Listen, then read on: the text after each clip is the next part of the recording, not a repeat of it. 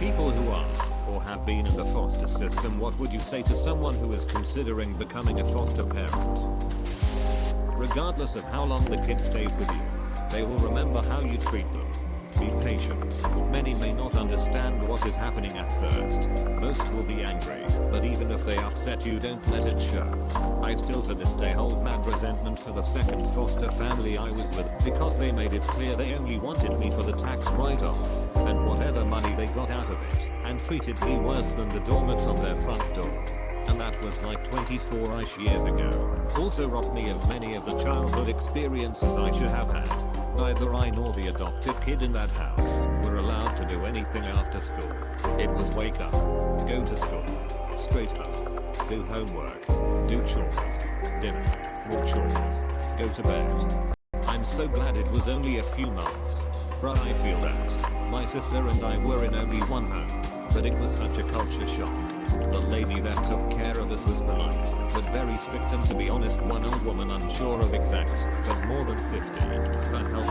And I want to say 13 juvenile children. One of 18 and the 26-year-old special needs man. I mean, either she was trying to make up for her wrong that she did when she was younger. It was an act for just the money, I don't think so, but still possible. Or she was truly a living saint. Honestly though, while I don't have any what I would call happy memories from my time there, I don't feel I was mistreated. I am sorry that your experience was bad though, as I know exactly what you mean in everything but being told anything as bad as what you were. It may mean nothing from a stranger, but I'm sorry you had to go through that, especially when I'm guessing everything was more confusing than ever. But that part may be me protecting. And if I offend, I apologize. This might be a weird question, but did your experience give you a bad opinion of social workers? It did for me for the longest time, and I've never been able to ask anyone. This might be a weird question, but did your experience give you a bad opinion of social workers? It did for me for the longest time, and I've never been able to ask anyone. Yes. Very yes. This is gonna be an honor.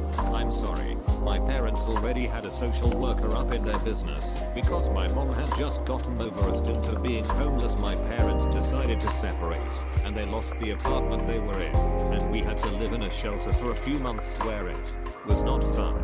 I actually came back from school a little beaten up because I took a nice tumble off the play structure, and I guess one of the staff called child services on us because they suspected abuse. That's actually how I ended up in a foster home the first time. Social worker dug up dirt on my mom from many years ago, drug charges and such. But she was very clean by the time this all went down, and used that to argue my mom was unfit to be a parent, and I was taken away. Eventually it got overturned. So during all this time, I'm T1 diabetic, I'm stressed to shit, blood sugars are bouncing, I end up in the hospital. Due to the children's ward being close to capacity, they release me too early. I relapse. Back to the hospital. They do the same thing again. On the third time, this social worker with a hard one for ducking us over decides she's going to step in and again have me taken away, using the excessive hospital visits as justification. Both my parents love it because they just fought this bitch off. What's more, my doctor would have easily been able to step in and defend me on this, but he was out on vacation. That's where this starts to become a multi-layer cluster duck, because it turned out the doctor assigned to, while my doctor was on extended vacation, was in cahoots with the social worker and also really didn't like my parents. They dealt with her before. So that's how this all got out of hand. So I got assigned to the abusive foster family. Oh, what fun. And they started ducking with me too. They somehow got wind of when my parents had to show for court, so they'd schedule my doctor's appointments on those days, so my parents couldn't show up. My parents outplayed them by convincing the court to let one of them go to the appointment and the other to show up at court. Worse yet, the foster family. I caught them taking blood sugar readings on my meter in an effort to convince the doc social worker that I was doing much better with her. I wasn't.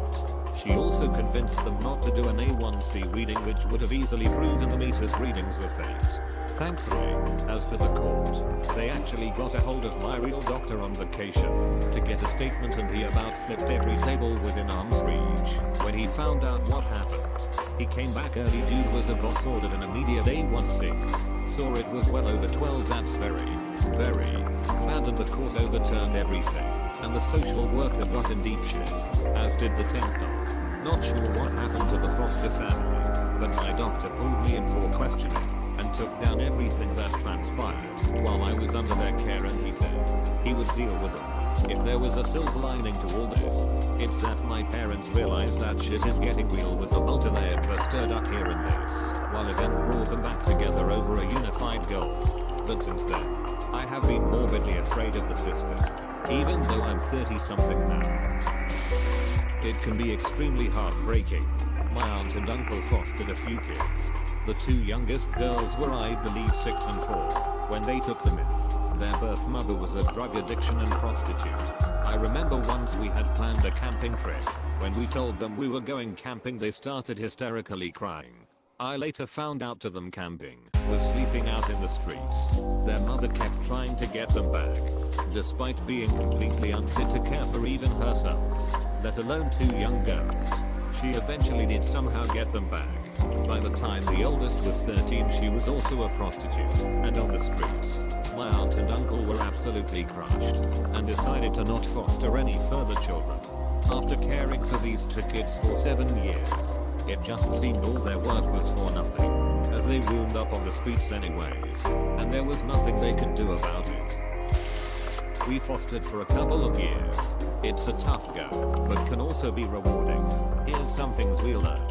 1. I'm not sure what state you're in, but here in California there are private agencies, FFAs, that act as a buffer with the county. They were very helpful to us. They helped us understand a lot of procedural stuff that is just weird nonsensical with the system. 2. You'll get frustrated with the system a lot. You won't agree with decisions made by social workers, judges.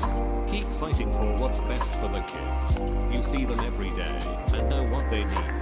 3. The system is designed to reunify families as its first goal. If you are in it to adopt, you will have conflicting priorities.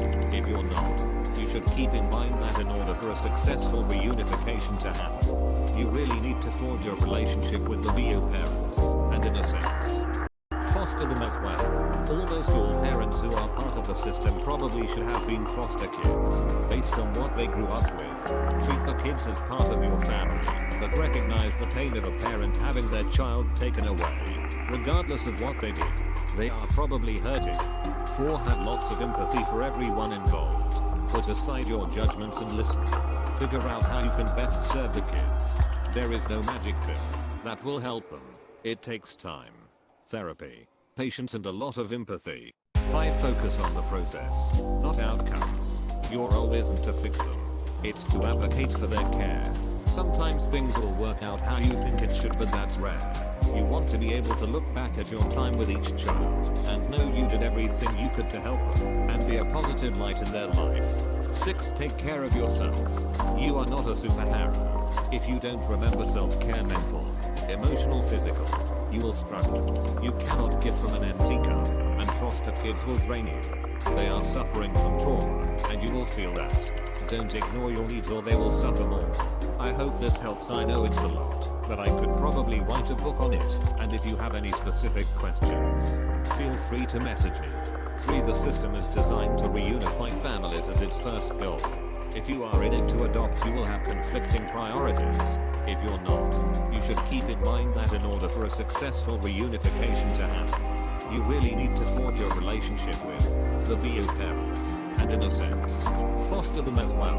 A good friend of mine got into fostering as a gateway to adoption, and I don't think they quite understood that the system will do everything to keep kids with their parents. They had a couple kids early that were short stays. Then they ended up with a newborn that had a heroin addiction that was going to long-term rehab jail. So they really ended up bonding with the child and really started to believe this was going to be their child. After about 9 months or so, the mom was released, and she immediately started getting supervised visitation, followed by unsupervised visitation, followed by mom getting custody back. They were absolutely devastated. They had got their hopes up that the mom was going to screw up and they would get to keep the kids, and that didn't happen. For anyone reading, some states allow you to only foster out of the pool of children legally up for adoption. They are typically either older or have severe medical issues, and it's still possible something could go catastrophically wrong with the adoption.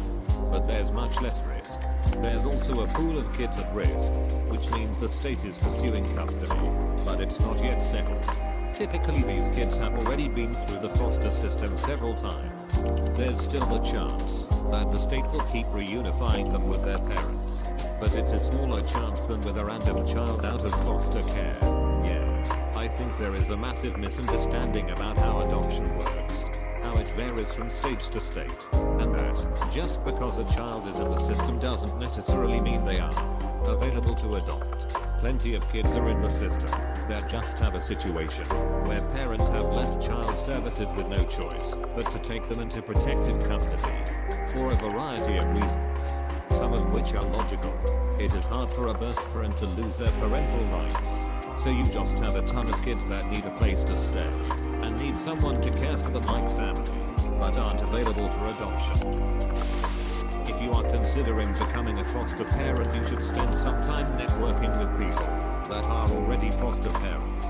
These are people that you will turn to for respite care, or might be seeing on a regular basis if family members are split up between different homes. Do not presume that the county will be there to cover every expense. Raising children is not cheap, and even with social services providing basic levels of support, there are a lot of things you'll need to cover out of your own pocket. That said, there are a lot of programs, activities, and benefits for children in the system, so long as you know where to look. Be prepared to spend a lot of time at the doctor, dentist, therapist. Many of these kids come from homes where healthcare was unavailable or ignored. The time spent in foster homes is often the only chance they'll have as children to be properly cared for and receive any treatment they need. Don't be surprised if the children initially show a fear of going out. Be patient when dealing with them. There are good and bad social workers. The worst tend to be both the youngest and the oldest. They are the ones who are filled with visions of changing the system and see every parent that isn't perfect as being irresponsible or abusive, or they have too much time in the system and have burned out any sense of empathy they may have once had for anyone. Regardless of what social workers you deal with, never take their word for what a child is like or how they behave. Spend time with the kid and make your own observations and judgments. Finally, treat the kids like you'd like your own kids to be treated if they were living in a different home. Be empathic, but don't let yourself be treated as a punching bag. Make sure your rules are clear and easy to understand, as well as what the consequences would be for breaking those rules. Allow for enough freedom so no one feels like they are living in a prison. Please remember that your foster kids are humans too, and potentially are coming from traumatic backgrounds. Have a lot of patience with them. Let them be themselves. Let them have fun. Don't load them up with chores like my second foster family did and make it such that they have no free time unto themselves. In my case, we were either at school, doing homework, or doing chores. We would get punished severely for even stepping a millimeter out of line. We weren't allowed to have our own possessions besides our school supplies and clothes.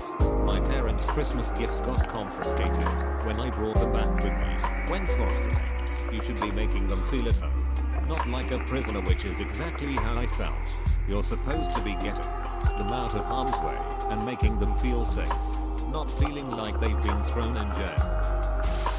I was in the foster system when I was 8-9 due to severe abuse and dangerous living conditions. I was raised in a trap house near Oakland, CA, with 6 siblings. I was placed with 3 families. Family 1, placed with little brother, nonverbal because of trauma, wet the bed every night. The family put us in a room with 4 bunk beds. The foster parents would scream at him and hit him every time he wet the bed. When I told our social worker, we were removed. Bedwetting is a common trauma response, and being removed from your family, even if they are abusive, is traumatic. It is compounding trauma. Nonverbal behavior is also a trauma response. Don't try to fix it, but regardless, always be patient. Family 2. I'm guessing they were realtors of some sort. It was only me placed in this home at this time. They had this empty house with a room, a bathroom, that had the door handle lock on the outside. They would lock a few other foster kids and me in this room with a bunch of snacks, drinks, and Lunchables. We would be locked in this room for 8 hours every day while they were at work. I still remember the Power Rangers Revenge of Dr. Ooze or something like that vividly. We watched it on repeat all day. All the kids fought all day. It's a wonder we didn't get seriously injured. If you do not have time or childcare plans, then do not foster. Foster kids take a considerable amount of resources. Family 3. I was placed on my own again. They were great. They included me in all their family events and their house was super nice. They were very nice and hired a nanny to take care of me. They were so nice that I was horrified at them abandoning me like my other family. So I acted out and broke a bunch of things. They never gave up no matter how terrible I was. Don't give up.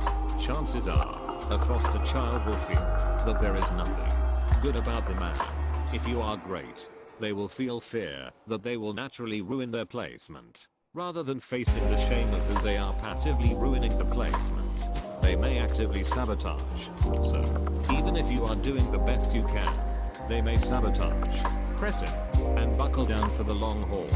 Once I realized I couldn't hurt them, and they wouldn't give up, I chilled out. Do not allow yourself to grow angry, and tap out if you do. Have a plan for how you will react. Imagine the worst realistic thing that can happen. And if you cannot work through how to protect against, or respond to that hypothetical in your mind, do not foster.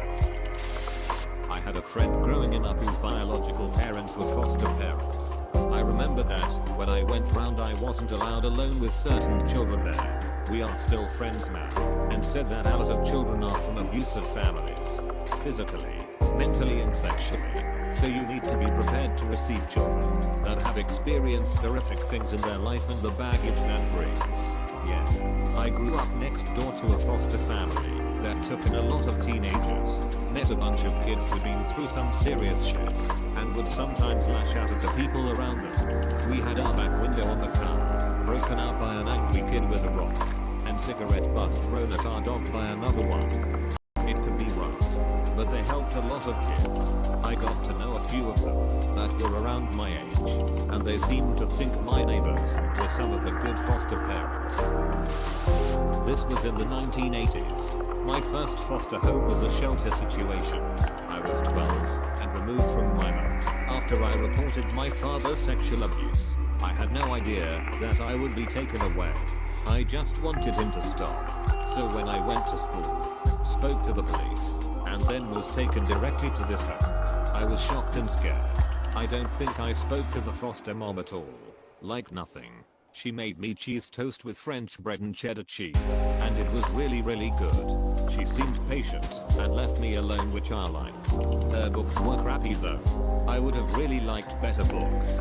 She of course knew none of this, because I didn't speak to her. Speaking to adults had only caused me to be taken from my home and school.